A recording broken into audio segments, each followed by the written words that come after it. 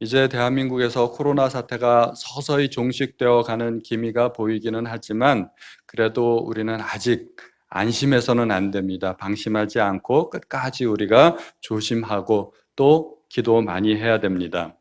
교회마다 이 코로나 사태 때문에 우리가 영상 예배로 드리다 보니까 이 목사님들이 할 일이 별로 없어졌어요. 저는 이제 금요 예배를 수요일 날 녹화하고 주일 예배를 토요일 날 녹화하다 보니까 녹화가 끝나고 나면 이제 토요일 저녁에 더 이상 설교를 준비할 일도 없고 주일은 영상으로 예배 드리니까 제가 주말 실직자가 된 느낌이 들었습니다. 주말에 실직자가 된 그런 상태로 시간이 많이 남게 되었습니다. 주중에는 굉장히 바빠졌고 주말에는 한가해졌고 그렇게 주말에 한가한 틈을 타서 제가 극동방송을 많이 듣게 됐습니다. 지난주에 극동방송을 들으면서 다른 교회 목사님들은 어떻게 설교를 하시는가 하고 여러 편의 설교를 들었습니다.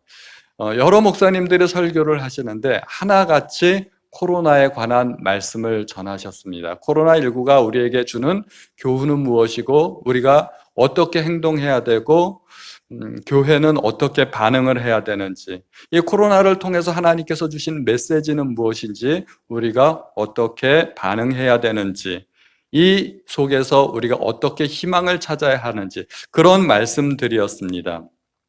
세상 사람들은 코로나 때문에 두려워하고 절망하고 비관합니다. 그래서 코로나 포비아, 코로나 블루 그런 신조어들이 만들어지고 있는데 제가 여러 목사님들의 설교를 통해서 코로나 속에서 희망을 찾으려 하고 하나님께서 주시는 메시지를 발견하기 위해서 애쓰는 모습을 보았습니다. 그리고 저는 그 속에서 놀라운 비밀을 하나 발견하게 되었습니다. 똑같은 상황 속에서 보여주는 모습이 서로 다르다는 것입니다. 세상 사람들은 심지어 성도들도 당황하고 힘들어하고 날이 갈수록 지쳐가는데 왜 목사님들은 그 상황 속에서 메시지를 발견하게 되고 희망을 발견하게 되는가? 저는 그것이 신앙의 힘이라고 생각합니다. 신앙 때문에 다르게 반응할 수 있는 힘이 생기는 것입니다. 달리 말하자면 믿음이 있는가 없는가의 차이가 이 세상을 어떻게 살아가는지에 대한 모습을 다르게 만들어낸다는 것입니다. 믿음이 있다면 달라질 수 있다는 것입니다. 주님은 우리 그리스도인들이 세상 사람들과 똑같이 살아가길 원치 않으십니다. 그리스도인들은 세상 사람들과 달라야 합니다. 너희는 무엇을 먹을까, 무엇을 마실까 구하지 말며 근심하지도 말라. 이 모든 것은 세상 백성들이 구하는 것이라고 주님은 말씀하셨습니다.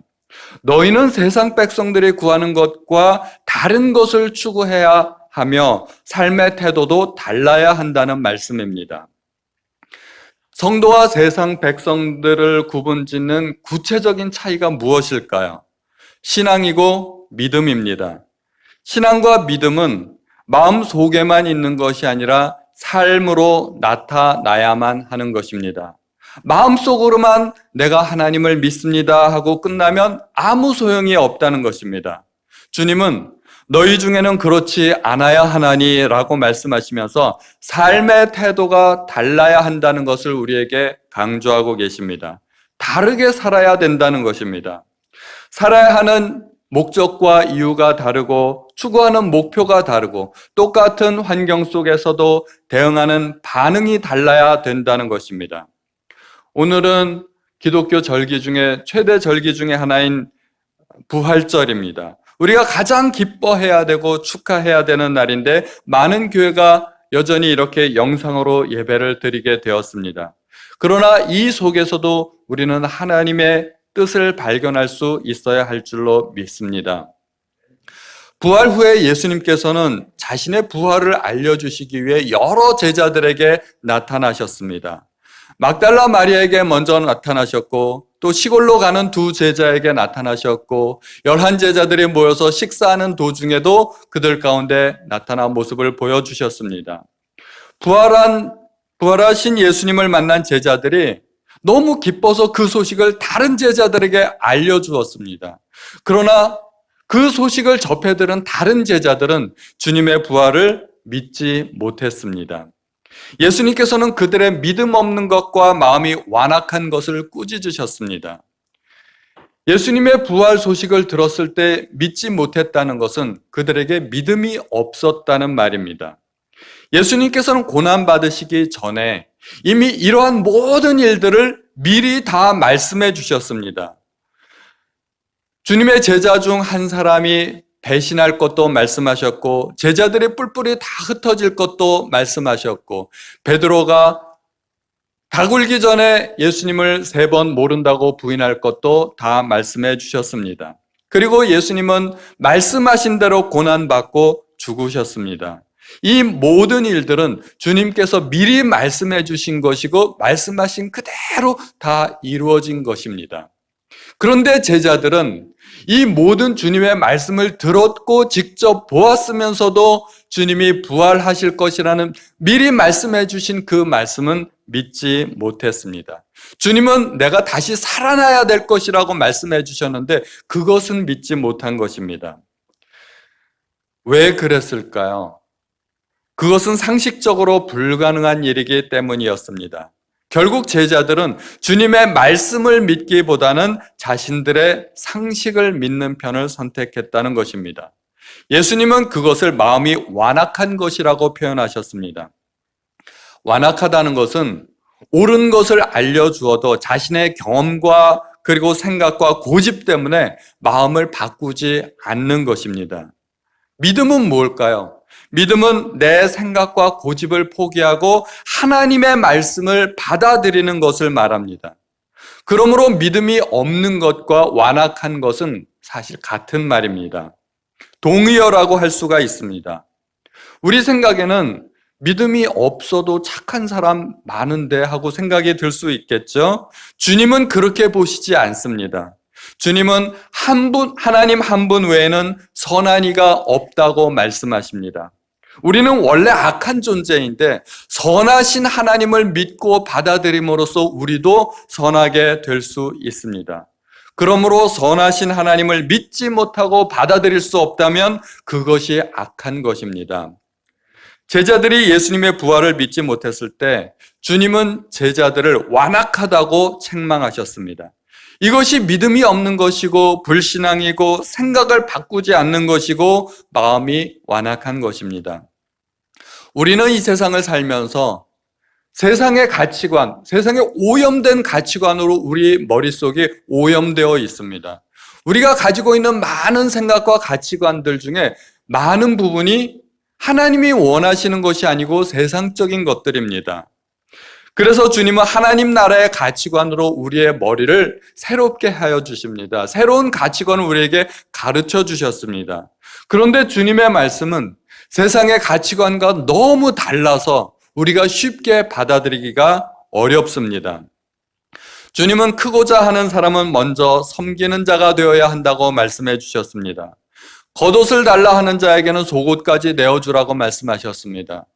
복음을 위해 의를 위해 핍박받는 자가 복이 있고 가난한 사람이 복이 있다고 말씀하셨습니다.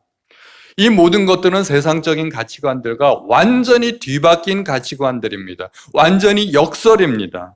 그러나 이 역설적인 진리를 사실로 받아들이고 실천하는 것이 믿음이 있는 것이고 믿지 못하는 것은 마음이 완악한 것입니다. 원래 마음이 완악하다는 뜻은 완고하고 악하다는 뜻입니다. 욕심, 미움, 시기, 질투, 다툼, 분열, 원망, 잘못된 마음 상태를 고집하고 고치려 하지 않는 것이 완악한 것입니다. 그러나 믿음은 하나님의 말씀을 받아들이는 것입니다.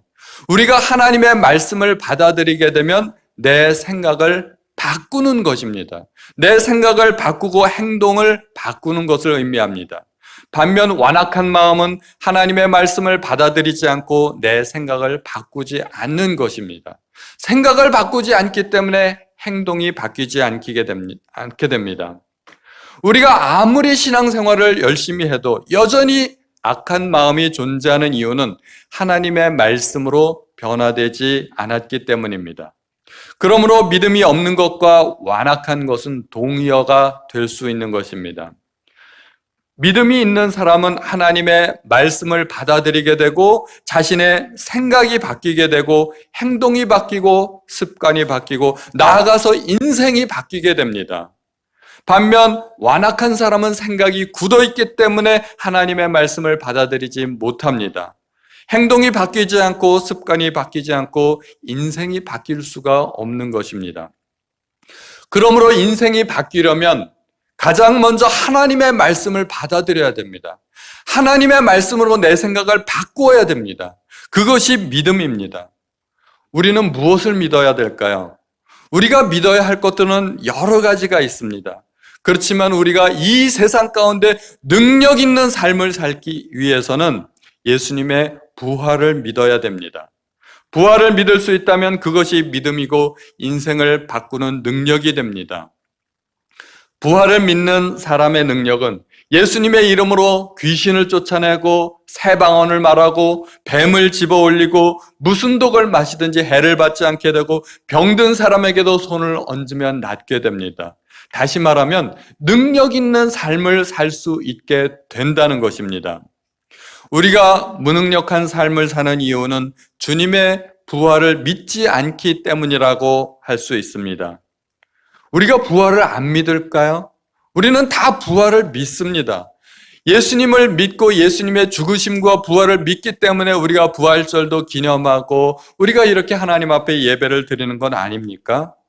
분명히 믿기는 믿는 것 같은데 여전히 삶은 무기력하고 무능력합니다. 세상 사람들이 고통받을 때 우리도 똑같이 고통받고 세상 사람들이 좌절할 때 우리도 좌절하고 세상 사람들이 희망을 포기할 때 우리도 희망을 포기하고 아니 부활을 믿는 것 같은데 왜 우리가 세상 사람들과 똑같은 반응을 보이게 될까요? 믿기는 믿는데 이론적으로만 믿기 때문에 그렇습니다. 초대교회 제자들은 주님의 부활을 이론적으로만 믿은 것이 아닙니다. 그들은 부활하신 주님을 만났고 부활의 증인이 되었습니다. 주님의 부활을 증명하는 여러 가지 방법들이 있는데 그 중에 하나가 제자들의 달라진 삶입니다. 십자가 사건 이후 제자들은 움츠러들었습니다. 다 뿔뿔이 흩어졌고 그리고 베드로는 다시 고기 잡으러 갔고 제자들은 모두가 숨었습니다. 로마의 군병들을 두려워해서 유대 종교 지도자들을 두려워해서 그들은 다 숨었습니다. 그런데 어느 날 갑자기 제자들이 다시 모이기 시작했습니다. 그리고 모여서 기도하고 성령으로 충만케 되고 나가서 복음을 전하기 시작했습니다. 그들이 전했던 복음의 내용은 주로 예수님의 부활이었습니다. 너희가 십자가에 못 박은 이 예수를 하나님께서 살리셨도다. 우리는 그 부활의 증인이다. 그들은 죽음을 두려워하지 않고 담대했습니다. 주님께서 돌아가시기 전에 대제사장의 관정에서 신문 받을 때 베드로는 주님을 모른다고 3번 부인했었습니다. 그 베드로가 어떻게 변했을까요? 베드로와 요한이 성전에 들어가다가 나면서부터 안진뱅이 된 사람을 예수의 이름으로 고쳐주었습니다. 이 일로 많은 사람들이 놀랐고 큰 부흥이 일어나게 되었습니다. 갑자기 일어난 이러한 사태에 대해서 공회에서 놀래가지고 사도들을 붙잡았습니다. 사도를 붙잡아서 그 사도들을 협박을 합니다. 그들을 불러 경고하며 도무지 예수의 이름으로 말하지도 말고 가르치지도 말라 하니 베드로와 요한이 대답하여 이르되 하나님 앞에서 너희 말을 듣는 것이 하나님의 말씀을 듣는 것보다 옳은가 판단하라. 우리는 보고 들은 것을 말하지 아니할 수 없다. 담대하게 이야기했습니다. 얼마나 담대하게 복음을 증거했는지 모릅니다. 사도들이 거침없이 전도하자 공회에서는 사도들을 또 한 번 붙잡아서 또 한 번 위협합니다. 그때 베드로와 사도들이 이렇게 이야기합니다. 대답하여 이르되 사람보다 하나님께 순종하는 것이 마땅하니라. 너희가 나무에 달아 죽인 예수를 우리 조상의 하나님이 살리시고 이스라엘에게 회개함과 죄사함을 주시려고 그를 오른손으로 높이사 임금과 구주로 삼으셨느니라. 얼마나 담대한지 모릅니다. 너희가 나무에 달아 죽인 예수를 하나님이 살리셨다고 증언했습니다. 사도들의 기세가 얼마나 대단했던지 결국 사도들을 채찍질하고 예수의 이름으로 말하는 것을 금하고 풀어줄 수밖에 없었습니다. 그러나 사도들은 그 이름을 위하여 능욕받는 일에 합당한 자로 여기심을 기뻐하면서 공회 앞을 떠나게 됩니다. 그들은 날마다 성전에 있든지 집에 있든지 예수는 그리스도라고 가르치기와 전도하기를 그치지 아니하였다고 사도행전에 기록하고 있습니다.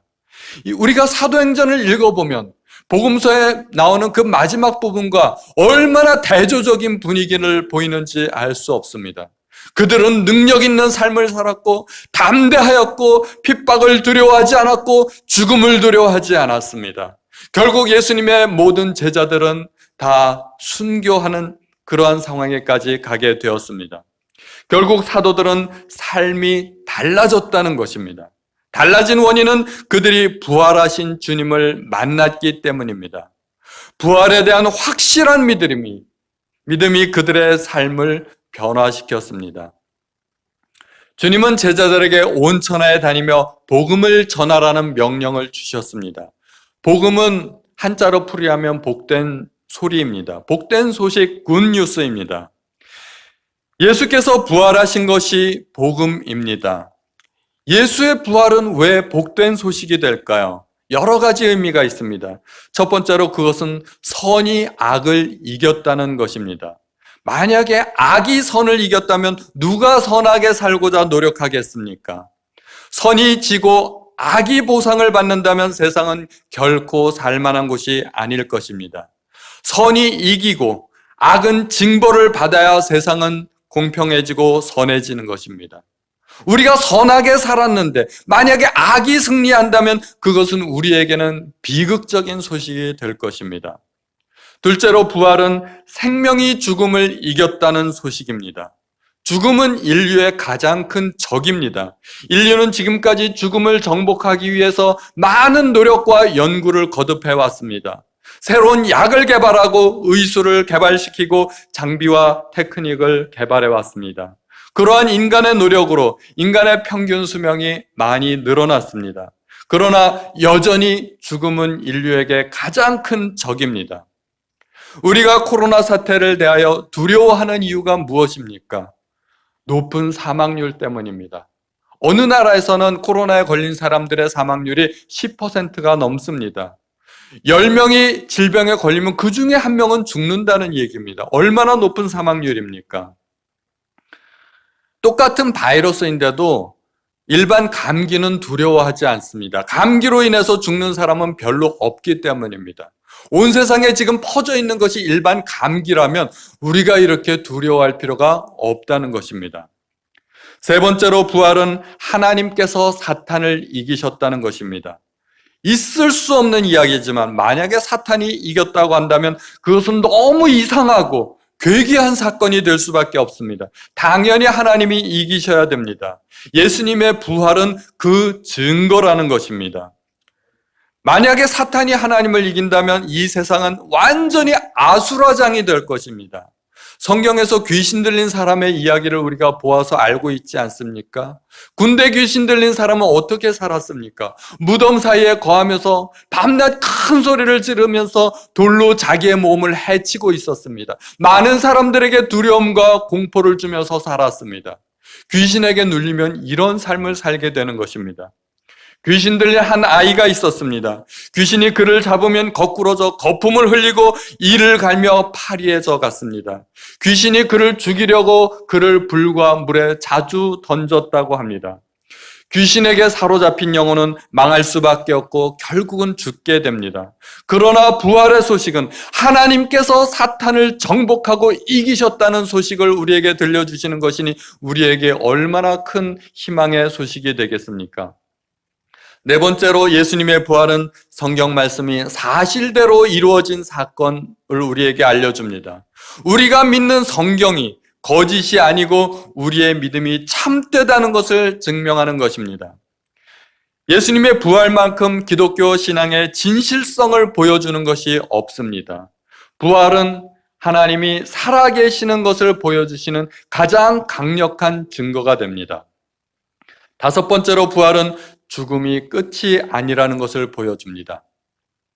세상 사람들이 죽음을 두려워하는 이유는 죽음이 끝이라고 생각하기 때문입니다. 때로는 어떤 사람들은 스스로 죽음을 선택하기도 합니다. 그 이유는 세상이 너무나 고통스럽고 힘들기 때문에 내가 죽으면 이 모든 것이 끝난다고 생각하기 때문입니다. 그러나 오해입니다. 저는 정말 안타까운 것이 그런 분들은 죽음이 끝이라고 생각하고 죽음을 선택했는데 그 이후에 더 고통스러운 곳으로 만약에 가게 된다면 얼마나 잘못된 선택일까요? 참으로 안타까운 일입니다. 우리에게 죽음은 끝이 아닙니다. 그것은 또 다른 세계로 들어가는 하나의 관문일 뿐입니다. 부활은 이 세상이 전부가 아니라는 사실을 우리에게 알려줍니다. 세상 사람들은 이 세상이 전부라고 믿기 때문에 오직 이 세상에서 잘 사는 것만을 목표로 살아갑니다. 우리에게 이 세상은 잠시 스쳐 지나가는 세상일 뿐입니다. 우리에겐 우리가 가야 할 영원한 세상이 따로 있습니다. 그래서 우리는 이 세상에 미련을 두지 않을 수 있습니다. 마지막 6번째로 부활은 예수님의 승리가 곧 우리의 승리가 된다는 것을 보여줍니다. 우리는 악을 이길 수 있는 능력이 없습니다. 우리는 죽음을 이길 수 있는 능력이 없습니다. 우리는 사탄을 이길 수 있는 능력이 없습니다. 우리는 부활할 수 있는 능력이 없습니다. 그러나 예수 그리스도의 부활은 첫 열매가 되는 것입니다. 첫 열매란 샘플을 이야기합니다. 과수원의 농부가 추수를 할 때 열매 하나를 딱 보고는 잘 익었다고 생각이 되면 그때부터 모든 나무의 열매를 추수하게 되는 것입니다.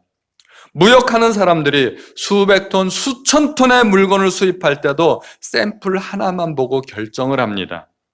주님의 부활은 우리도 똑같이 그렇게 죽음을 이길 수 있는 능력을 갖게 된다는 것을 우리에게 샘플로 보여주시는 것입니다. 예수님의 부활은 우리가 인류에게 전해야 할 가장 기쁜 소식입니다. 일제강점기로부터 8.15 해방이 되었을 때 온 국민들이 태극기를 들고 나와 거리로 뛰쳐나와서 만세를 부르며 해방의 기쁨을 누렸습니다. 좋은 소식은 알려야 합니다. 기쁨은 나눌수록 커지기 때문입니다. 예수님의 부활을 나만 믿고 기뻐한다면 그것은 이기적인 행동이 됩니다. 만약에 어떤 사람이 코로나에 대한 치료제와 백신을 개발했다고 가정을 해봅시다. 그런데 그 약을 자기만 먹고 자기 가족들에게만 주고 그런 약이 있다는 사실조차 공개하지 않는다면 이 사람을 이해할 수 있을까요? 얼마나 이기적인 사람이겠습니까? 코로나 치료제는 이 땅에서의 생명과 건강을 지켜주겠지만 복음은 우리에게 영원한 생명을 보장해 줍니다. 지금은 우리가 코로나 때문에 복음을 전할 수 없고 사람들을 만나는 것이 꺼려지지만 이 코로나 사태가 지나고 나면 우리의 삶이 달라지고 우리의 신앙 모습도 달라져야 할 줄로 믿습니다. 정말 부활을 믿는 그리스도인의 모습은 우리가 세상 사람들처럼 살아가는 것이 아니라 사도행전의 그 사도들처럼 살아가는 것이 그것이 부활을 믿는 사람들의 모습이라고 믿습니다. 제자들은 부활하신 주님을 만나고 나서 180도로 바뀌었습니다. 전에는 두려워하고 당국자들을 피해 다녔고 움츠러들었지만 부활하신 주님을 만나고는 담대하게 복음을 전하는 사람들이 되었습니다. 그들은 더 이상 죽음을 두려워하지 않았습니다. 박해를 두려워하지 않았습니다. 사도행전의 역사는 부활하신 주님을 경험한 제자들의 모습을 보여줍니다. 사도행전의 초대교회 역사는 주님의 부활에 대한 가장 강력한 증거일 것입니다. 우리도 부활하신 주님을 믿는다면 우리의 삶도 달라져야 할 줄로 믿습니다. 이 세상에서 살아가는 이유와 목적이 달라야 하고 추구하는 것이 달라져야 합니다. 만약에 코로나 백신이라는 것이 있고 우리가 그 백신을 맞았다면 코로나를 두려워하겠습니까? 사회적 거리를 두겠습니까? 우리가 이렇게 영상으로 예배를 드리겠습니까? 만약에 온 세상 사람들이 코로나 백신을 다 맞았다면 누가 코로나를 두려워하겠습니까? 우리는 부활이라는 죽음에 대한 백신을 맞은 사람들입니다. 우리가 죽음을 두려워해야 할 이유가 있겠습니까? 죽음을 슬퍼해야 될 이유가 있겠습니까? 전혀 그럴 이유가 없습니다. 우리는 잠시 있다가 떠날 이 세상에 연연해 하는 사람들이 아닙니다. 오늘 예수 부활의 능력이 사도행전의 역사처럼 우리의 삶을 변화시켜 주기를 우리 예수님의 이름으로 축원드립니다.